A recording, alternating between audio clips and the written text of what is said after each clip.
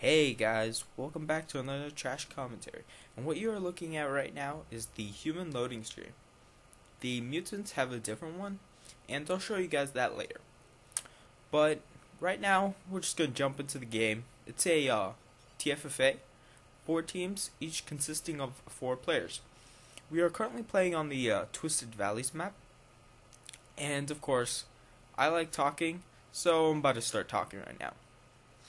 And I just want to quickly talk about the whole map thing. There are, I believe, 6 or 7 maps, and and what happens is free players, which are people who haven't bought the game, have access to Twisted Valleys and also the human race.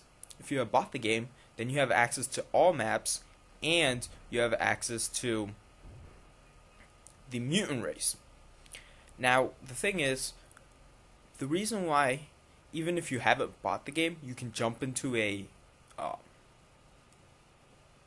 full, I guess you could say full version map, is because in the lobby, what happens is, if there are all demo players, which is what the people who are there for free, haven't bought the game, are called, what happens is, they can only play Twisted Valleys.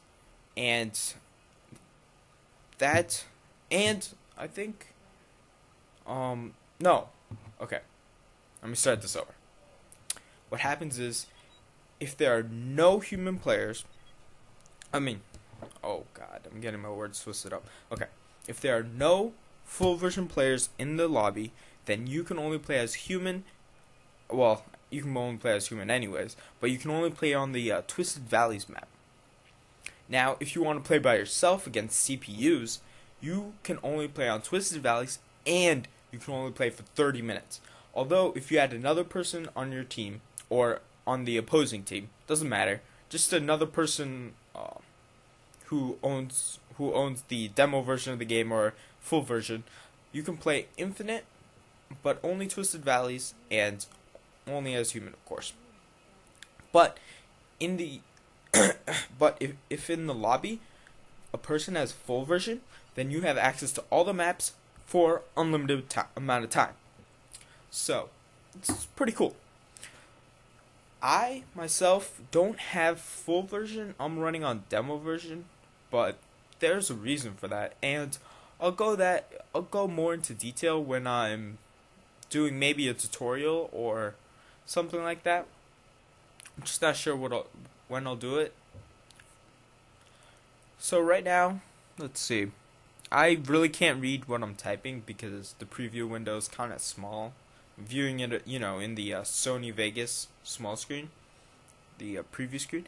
But what I'm basically doing is I'm going GATS, and I build my heal hut extremely late. I built it after my garage was done, and so it's gonna come out a pretty long time. I'm just quickly looking at my teammates' base, why are they flaring, and all sorts of things like that. Now I've got about a good amount of GATs, 4 GATs. I think that's pretty good, right? And so I'm probably either gonna move out soon to scout, or I might not just do anything. Although I wish, oh, right there, that's what I was just about to say. People were this guy just comes over to see, he was just doing some quick scouting, and he's gonna have to pay the price for that. What happens is, he's back at his base healing, so I'm just gonna start attacking him. The reason why I do this is because normally in a trash game, if someone sees you, you want to kill them. You don't want them to know where you are. It's definitely not a good thing. So, he starts attacking me, and he actually is not gonna... He pays a price for attacking me big time, because what happens is a guy starts attacking him from the southeastern entrance, and so that's big trouble for him. Me right there, I don't know, I was like, tanks, just gotta do it, just hoping. If I had gone to the left a little bit, then I would have been crazy happy, but I didn't go to the left for right now. And as you can see, he's a bit busy attacking the guy at his southeastern entrance, so I'm just totally destroying him. I didn't know that someone was attacking him until a little bit later on when I saw his units getting attacked. But whatever. And I killed 2 of his dumps, so I think I tell my partners that, oh yeah, I killed him. It's all good. I saw that flame hut over there, but I just wasn't sure if the reason why he built the flame hut was because he built it earlier before he saw me, or he built it later after someone else started attacking him. That's me right there saying, I'm totally gonna crush this guy. Don't worry about him, And then I noticed later on that my partners were killing the green also. One green guy on their side. And so I was like, green guy's gonna be crushed. I was pretty happy about that. Right there, my tank's slowly, it's gonna come out one or two. What I hate about this game, well, I can't say I hate about this game because it's what makes this game balanced, is that tanks cost a lot of trash and a lot of gas. It's ridiculous. Like, I think it's 55 trash and 15 gas, and that's so much. Gats, I believe, cost 8 gas and 25 trash. But one tank can beat 2 gats unless the person microing the gats are really good. The way to micro your gats to defeat tanks is basically just making them run towards the tank, because the tanks have a minimum range. They have to shoot at a minimum range. If the gat is too close, then the tank is going to move away from the gat until it reaches its minimum distance. Then it'll start attacking. That is why flame bikes are really good, because flame bikes will just automatically just go as pretty much melee range type of distance, because that's their maximum range. And also, flame bikes have AEO damage, and that's good because tanks take about, I think, 4 blocks or something. Well, not really 4 blocks, but they have a massive amount of space they take up. And I believe you'll see next time when I attack that there's going to be another guy in his base. And so that's when I notice he's being pretty much doubled. And because I've killed so many of his dump trucks, he pretty much is not able to get enough trash to do anything. Right there, you saw him try and build a flame hut. He's going to have barely enough trash after that flame hut to make either a windmill or even more gats. And right there, you see, this is when I realized the green guy is getting crushed. He just stood there and got destroyed by 2 armies when he could have fell back to his base and hoped that they wouldn't follow him. Even though they probably would have. But, oh well. Let me catch my breath real quick. Been talking for a really long time. These trash games last so long. It's ridiculous. I believe this trash game lasts, I think, about 40 minutes. So I'm probably going to have to split it to 3 different parts. And this is where I see that there's 2 people attacking him. I believe this guy is Optics, my friend. But I'm not exactly positive if it's Optics. Now, Optics is an awesome player. He can easily destroy me in a 1v1. Then again, most people can destroy me in 1v1. But Optics is really good in microing. He's a total boss at microing. That's why he's able to keep all of his units and just totally crush everyone. So right there, you see me attacking him, and then I noticed his running gun's almost dead. So I'm like, okay, let's just attack it until it dies, and then move back. Because that's pretty much what you do in trash. You take a little chunk of his army, go back. Take a chunk of his army, go back. Take a chunk of his army, go back. It's the best strategy. And right now, I believe, I'm like, okay, he's almost dead. I'm just wondering if there's someone over here that I should be attacking, because, if someone's camping, they're eventually gonna reach a mass of units that will just totally destroy you.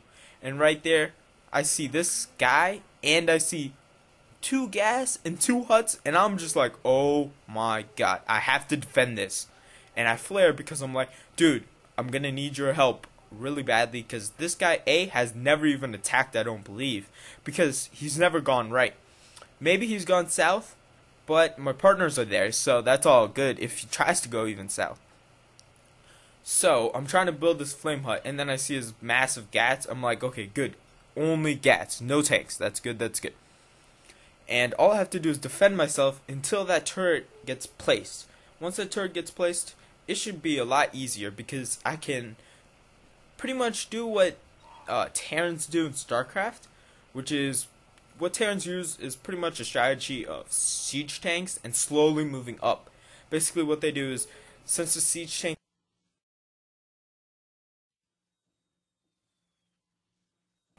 Sorry guys, I'm just not sure why, but my recording just stopped all of a sudden.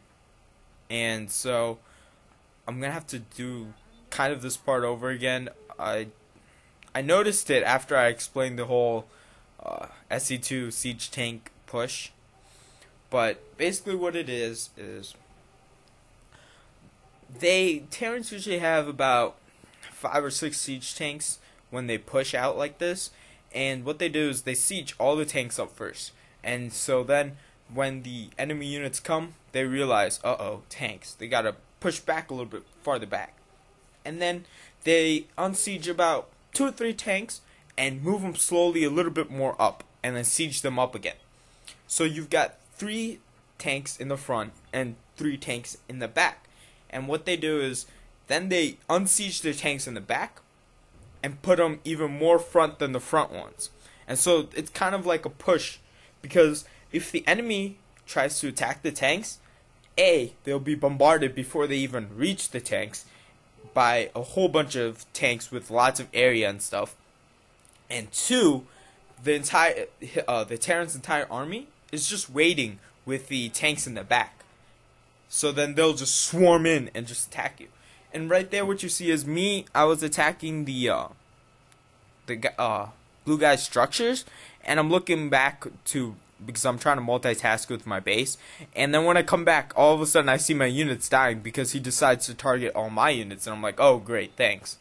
And so I started attacking his units. And of course, as you can see, I've been using my flee method that I love.